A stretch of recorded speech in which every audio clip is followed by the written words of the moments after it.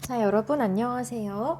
이번 시간에는 국어 나책 222쪽부터 공부해 볼 텐데 우리가 지난 시간에 읽었던 글의 제목 기억나나요? 도라르방 어디? 감수광. 자, 감수광이라는 건 무슨 뜻이었죠? 제주도 방언으로? 가시나요? 란 뜻이었죠. 도라르방 어디 가시나요? 라는 제목의 글로 제주도에 다녀와서 유홍준 선생님이 쓰신 기행문을 우리가 공부했습니다. 자, 기행문에는 어떤 내용들이 들어갔나요? 본 것, 들은 것, 그리고 개인적인 감상, 느낌이 다 들어가 있었죠.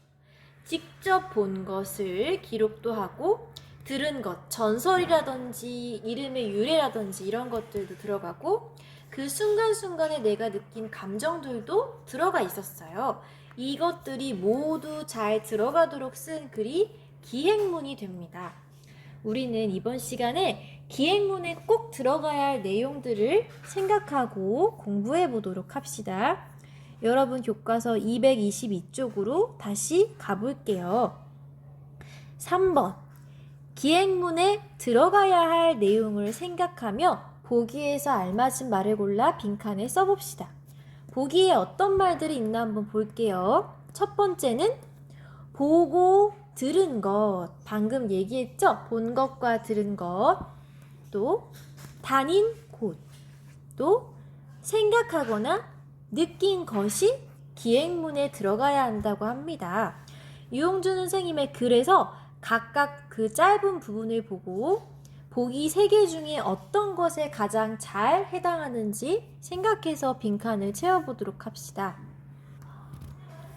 자, 먼저 첫 번째 말풍선, 이 남자 어린이가 이야기하죠.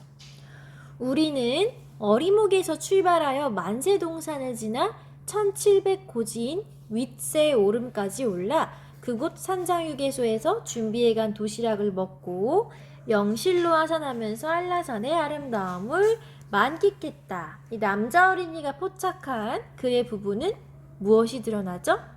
어디서 출발해서 어디를 지나 어디 가서 뭘 먹었고 산을 내려와서 한라산의 아름다움을 만끽했다. 내가 여행을 다닌 곳이 드러나 있죠. 여행을 다닌 곳. 자, 이게 기행문이에요. 기행문은 어떤 글이에요? 여행을 다녀와서 쓰는 글이에요. 자, 그러면 진짜 여행을 다녀와서 쓰는 것이니까 당연히 내가 갔다 온 그 길, 코스들이 기행문에 들어가게 되겠죠. 왜요? 나의 느낌은 상상한 것이 아니라 내가 진짜 그 다닌 곳곳의 여행지를 통해서 그런 감정이 나타나는 것이기 때문이에요. 위에 보기 중에 다닌 곳을 이렇게 빈칸에 채워봅시다. 내가 어디를 지났고 거기서 뭘 느꼈고 내가 다닌 곳에 따라서 무엇을 느꼈는지 무엇을 보고 들었는지가 결정이 되겠습니다. 이렇게 기행문에 들어가야 할 것들 중에 다닌 곳을 쓰는 것을 여정이라고 조금 어려운 말로 표현합니다. 나의 여정 하면 내가 다녀온 길을 말합니다. 유홍준 선생님의 여정은 어땠어요? 어리목, 만세동산, 윗세오름, 산장휴게소, 영실. 이게 바로 이 부분에 드러난 여정입니다. 다닌 곳, 다녀온 길을 여정이라고 해요. 자, 그럼 두 번째 파란색 말풍선을 봅시다. 영실에 들어서면 이내 솔밭 사이로 시원한 계곡물이 흐른다. 자, 무엇이죠? 계곡이 흐르는 거는 상상한 거예요? 직접 보고 들은 거예요? 이 경우에는 직접 본 것이죠. 여정을 통해서 내가 직접 어떤 풍경을 보거나 들을 수 있습니다. 내가 어떤 길을, 코스를 이렇게 다니면 코스별로 보고 들은 게 자연스럽게 따라 붙죠. 그래서 보기 중에서는 보고 들은 것을 여기에 적어주시면 되겠습니다. 여행하면서 보고 들은 것. 나의 여정에 따라서 보고 들은 것들이 조금씩 달라져요. 똑같이 제주도를 가도 그 사람이 어디를 들려서 어느 여정을 하냐에 따라서 보고 들은 것이 차이가 있겠죠. 직접 풍경을 보기도 하고요. 거기에 엮인 전설이나 유래 같은 것을 듣기도 합니다. 여정과 함께 무언가를 보고 들어요. 이렇게 보고 듣는 것을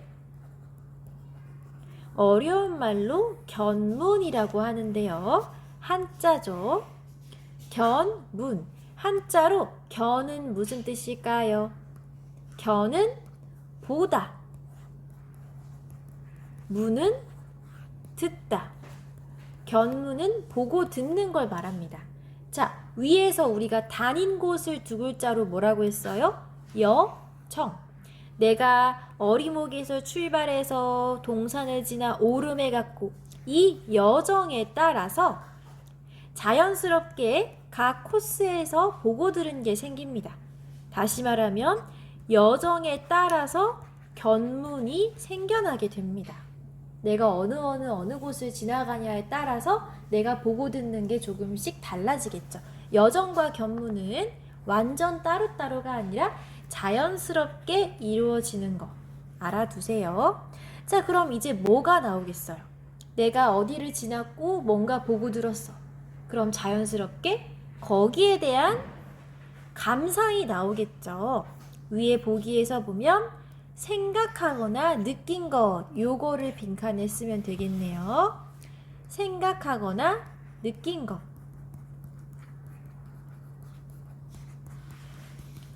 자, 이 남자아이가 포착한 글의 부분을 읽어보면 오르면 오를수록 이 수직의 기암, 신기한 암석들이 점점 더 하늘로 치솟아 올라 신비스럽고도 웅장한 모습의 절로 감탄이 나온다. 내가 기암, 신기한 암석들이 올라가는 모습을 보고 감탄이 나올 만큼 좋았다라고 나의 솔직한 생각과 느낌, 즉 감상을 이야기하죠. 기행문은 내가 지나간 곳, 여정만 있어서도 안 되고 내가 보고 들은 것, 견문만 있어서도 안 되고 내가 느낀 것, 감상만 있어서도 안 되고 세 가지가 모두 들어가야 합니다. 다시 볼까요? 내가 다닌 곳, 여정, 보고 들은 것, 견문, 내가 생각하고 느낀 것, 감상, 이 세 가지가 모두 들어가야지 한 가지만 들어가거나 뭐가 빠졌거나 이러면 훌륭한 기행문이 될 수 없습니다.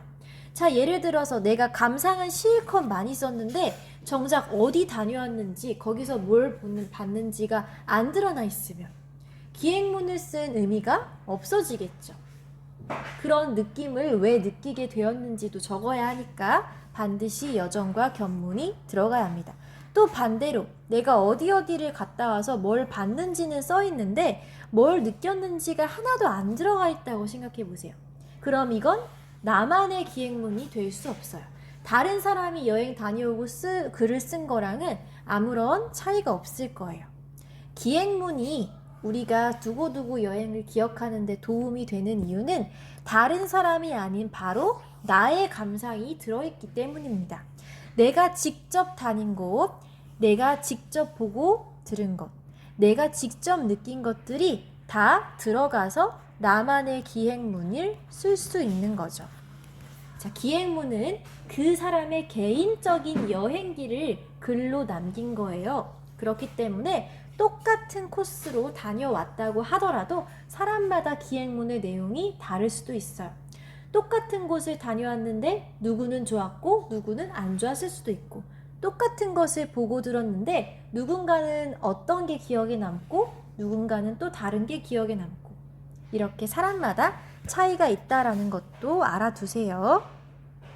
다시 기행문에 들어가야 할 것 세 가지 어떤 거라고요? 여정, 견문, 감상 이 세 가지가 모두 골고루 들어가야 훌륭한 기행문이 됩니다. 자, 그러면 223쪽으로 가볼게요. 223쪽을 보면 여정, 견문, 감상을 드러내는 표현을 찾아서 선으로 이어보라고 하네요. 잠깐 영상을 멈춰놓고 이 4번 문제를 여러분이 먼저 한번 스스로 해결해 보도록 합시다. 영상 멈춰놓고 한번 선으로 직접 이어보세요. 자, 선으로 이어보았나요? 여정부터 한번 확인해 봅시다. 여정을 드러내는 표현이 어떤 게 있을까요? 일단 여정 설명을 보면 주로 시간과 장소를 나타내는 표현이 쓰인대요. 그러겠죠. 왜요? 여정은 다닌 곳을 뜻하니까요. 어느 곳에 언제 갔는지와 관련된 표현이 드러나겠죠. 오른쪽의 세 개 중에 어떤 것이 여정을 드러내는 표현일까요? 보면 두 번째 박스를 보면요. 이른 아침, 시간이 나오죠. 인사동에 도착했다. 장소. 또 우리는 버스를 타고 담양으로 갔다. 장소. 다음 날 저녁, 시간. 들른 곳은 고창 고인돌 박물관. 장소. 시간과 장소를 나타내는 표현이 반복적으로 사용되는 걸 보니 여정이 드러난 표현이 맞는 것 같습니다. 내가 어디를 언제 갔고 어떻게 이동했다. 다닌 곳에 대해서 특별히 설명을 많이 하고 있는 부분은 여정이 드러난 부분이다. 이렇게 생각할 수 있겠네요. 자, 그러면 이번에는 견문과 관련된 표현을 볼까요? 자, 견문은 뭐였죠? 한자로 보고 들은 것.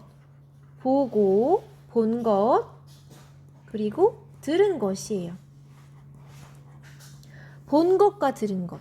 내가 어떤 장소를 방문해서 직접 본 것과 거기에 얽힌 이야기들, 들은 것이 모두 견문에 해당합니다.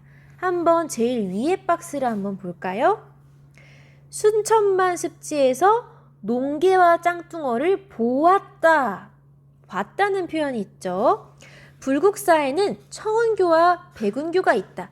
직접 봤거나 들은 거겠죠. 창덕궁이 유네스코 세계문화유산이 되었다고 한다더라. 들은 것. 내가 직접 가서 본 것과 들은 것을 나타내는 표현은 바로 견문이라고 할 수 있겠습니다. 자, 이렇게 줄 이어볼까요? 여정은 다닌 곳을 나타내니까 시간과 장소를 나타내는 표현이 있고요. 견문은 내가 보고 들은 것. 거기를 방문하지 않았더라면 나올 수 없는 표현들이 있습니다. 무엇을 봤다, 무엇이 되었다고 하더라. 이런 것들은 견문에 해당하겠죠. 마지막으로 감상은 어때요? 감상은 좀 쉬워요. 내가 느낀 생각이나 느낌을 담아내면 내가 든 생각이나 느낌을 담아내면 되니까요. 오른쪽에 보면 어쩌고 저쩌고 천만다행이라고 생각했다. 감동이 밀려왔다. 선조들의 지혜가 자랑스럽게 느껴졌다. 이렇게 자신의 생각과 느낌이 솔직하게 드러나죠. 이거는 바로 감상이 잘 드러난 표현이다 라고 우리가 할 수 있겠습니다. 여기까지 됐나요? 자, 기행문에 들어가야 할 세 가지. 어떤 것? 여정, 견문, 감상입니다. 기행문에서 이 셋 중에 어느 하나라도 빠지면 훌륭한 기행문이라고 할 수 없어요. 여정이 빠지면 기행문을 읽고 나서도 그래서 어디 갔다고? 라고 의문이 남을 거고, 견문이 빠지면 그래서 얘가 여기를 간 건 알겠는데 뭘 보고 들었다는 거지? 하고 의문이 남을 거고, 감상이 빠지면 얘가 어디 간 줄은 알겠는데 뭘 느꼈는지 하나도 안 써있네 라고 그 사람만의 고유한 개성이 사라질 겁니다. 기행문에는 항상 이 세 가지가 모두 들어가야 한다라고 아시면 되겠습니다. 여기 223쪽에 밑에 있는 연두색 박스를 한번 볼게요. 여행의 과정이나 일정을 여정, 여행하면서 보거나 들은 것을 견문, 여행하면서 든 생각이나 느낌을 감상이라고 해요. 그리고 기행문은 이렇게 여정을 적고 여정을 통해 얻은 견문과 감상을 포함한 글입니다. 여기까지 이해가 되나요? 여기까지 여정, 견문, 감상에 대한 설명이 잘 이해가 가지 않는 친구들은 영상을 잠깐 멈춰놓고 방금 공부한 부분을 한번 쭉 다시 읽어보도록 해요. 알겠죠? 자, 여기까지 되셨나요? 자, 여기까지 되셨으면 우리가 219쪽으로 한번 다시 가보겠습니다. 여러분도 219쪽으로 와보세요. 219쪽으로 오시면요. 219쪽에 우리가 지난 시간에 읽었던 글이 다시 나오는데 이 글을 보면서 여정, 견문, 감상이 잘 드러나는 부분을 우리가 한번 꼽아보는 활동을 하면 좋을 것 같아요. 여정, 견문, 감상을 구별하면 좋을 것 같은데 선생님이랑 같이 한 문단씩 다시 돌아보면서 여정, 견문, 감상이 어느 부분에서 잘 드러나는지 한번 보도록 합시다. 첫 번째 문단부터 볼게요. 자, 문단 나눌 때 이렇게 V 표시하는 거 알죠? 봅시다. 우리 답사의 첫 유적지는 한라산 산천단이었다. 한라산 산신께 제사 드리는 산천단에 가서 답사의 안전을 빌고 가는 것이 순서에도 맞고 또 제주도에 온 예의라는 마음도 든다. 산천단은 제주시 아라동 제주대학교 뒤편 어디에 있다. 산천단 주위에는 제단을 처음 만들 당시에 심었을 수령 500년이 넘는 곰술 8그루가 산천단의 역사와 함께 엄숙하고도 성스러운 분위기를 보여준다. 자, 여기까지. 자, 여정과 견문 감상이 드러났는지 한번 보겠습니다. 자, 이게 실제 기행문이라서 여정, 견문, 감상이 한 부분에만 모여있지 않고 당연히 중간중간 섞여 있는데요. 먼저 첫 번째 문단에서는 여정이 가장 잘 들어간 문장을 하나만 찾아보세요. 여정이 제일 잘 드러난 문장. 자, 생각할 시간 5초.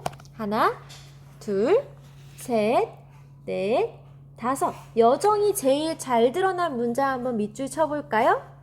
바로 여기. 자, 물론 다른 부분에 여정이 없다는 건 아니에요. 그런데 왜 여기가 가장 잘 드러났다고 생각했냐면 여정을 잘 드러내는 표현에 아까 어떤 게 있었죠? 시간과 장소를 나타내는 표현이 있다고 했죠. 우리 답사의 첫 유적지는 한라산 산천단. 지금 내가 어디를 가고 있는지에 대해 직접적으로 드러내는 문장이에요. 그래서 요 첫 문단에 여정이 가장 잘 드러났다고 할 수 있겠습니다. 219쪽의 가장 첫 번째 줄에 여러분도 밑줄을 쳐보시고 여정이라고 적어볼게요. 여정이 아주 잘 드러나는 문장입니다. 자, 이 뒤에 여정이 없다는 건 아니에요. 자, 이 뒤에는 뭐 견문이랑 감상이 중간중간 섞여 있는데 보면은 뭐가 있을까? 여기 산천단 주위에 어쩌고저쩌고 곰솔이 있고 이런 거는 견문이죠. 본 것이니까.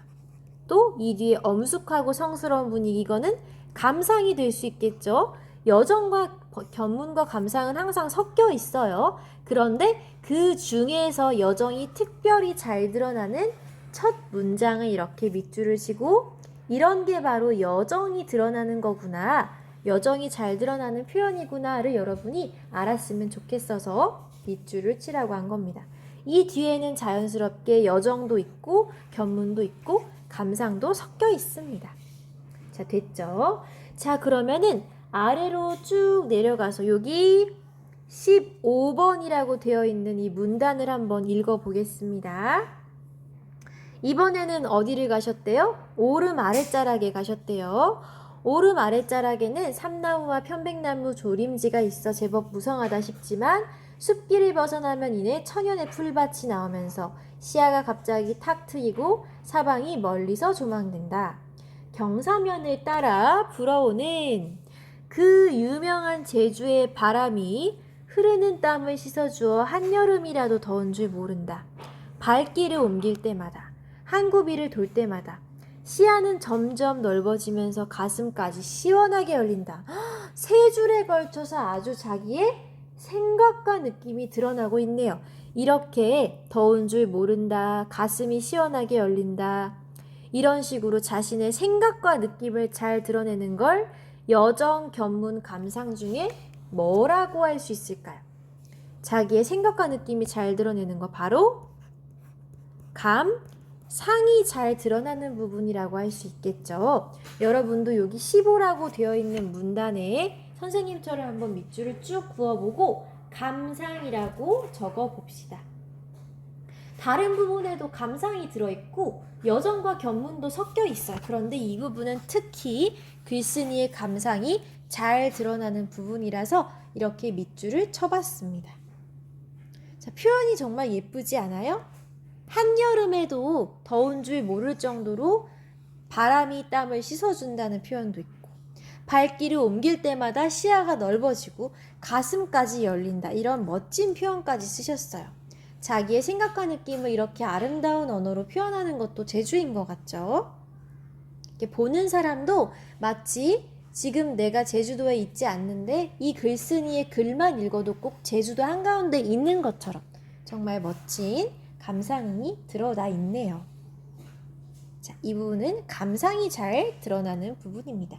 자, 그리고 쭉 와서 219쪽의 이 마지막 문단을 한번 보겠습니다. 왼쪽에 25번이라고 되어 있는 이 문단 있죠? 여기를 한번 읽어볼게요. 제주도와 연결된 서쪽을 제외한 성산 일출봉의 동남북쪽 외벽은 깎아내린 듯한 절벽으로 바다와 맞닿아 있다. 일출봉의 서쪽은 고운 잔디 능선 위에 돌기둥과 수백 개의 기암이 우뚝우뚝 솟아있는데 그 사이 계단으로 만든 등산로가 나 있다. 전설에 따르면 설문대 할망은 이출봉 분화구를 빨래바구니로 삼고 우도를 빨랫돌로 하여 옷을 매일 세탁했다고 한다. 자, 이 부분은 여러분이 한번 생각해 보세요. 여정, 견, 문, 감, 상 중에 무엇이 가장 잘 드러났다고 생각하나요? 자, 정답은 헷갈릴 수도 있는데 견문. 자, 견문은 무슨 뜻이었죠? 견, 본 것. 문은 들은 것. 자, 위에 선생님이 밑줄을 쭉 칠 텐데, 자, 제주도와 연결된 서쪽을 제외한 성산 일출봉의 모습이 어떻게 누구와 맞닿아 있고 어떤 모습인지, 거기를 지나가면 뭐가 나오는지 자기가 본 것을 아주 자세하게 설명하고 있고요. 요 뒤에는 전설, 자기가 들은 이야기죠. 자기가 들은 이야기까지 같이 넣고 있어요. 자기가 세세하게 본 것을 기록하고 자기가 들은 전설을 기록한 이거를 우리는 본 것과 들은 것을 합쳐서 견문이라고 합니다. 219쪽의 마지막 문단은요, 물론 여기 여정이랑 감상이 아예 없다는 건 아닌데 견문이 특히 잘 드러난 부분이에요. 그래서 여기 전체, 문단 전체를 이렇게 여러분도 밑줄을 치고 견문이라고 한번 써봅시다. 견문이 가장 잘 드러난 부분입니다. 이렇게 여러분도 밑줄을 쳐주세요. 견문이 가장 잘 드러난 부분. 자, 되었나요? 자, 우리가 이번 시간에 기행문에 꼭 들어가야 할 어떤 거? 여정, 견문, 감상에 대해서 알아보고 또 글을 다시 한번 살펴보면서 그래서 여정, 견문, 감상이 가장 잘 드러난 곳을 살펴봤는데요. 어떤가요? 이제 내가 만약 기행문을 쓴다면 어떤 내용을 꼭 써야 하는지 알겠죠? 내가 직접 다닌 곳도 적어야 하고 내가 거기서 보고 들은 것도 적어야 하고 그걸 통해 느낀 나의 생각과 감상, 느낌을 꼭 적어야 한다라고 아시면 되겠습니다. 자, 이런 것을 바탕으로 우리가 다른 기행문을 보고도 여정, 견문, 감상을 찾을 수 있어야 하고 나의 기행문에도 여정, 견문, 감상을 적을 수 있어야 되겠죠. 그렇죠?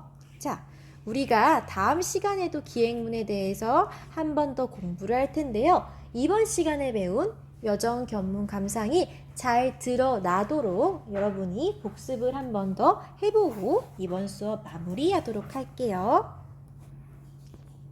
그럼 선생님은 이렇게 영상을 마치고 다음 시간에도 이어서 밝은 모습으로 여러분 만나도록 하겠습니다.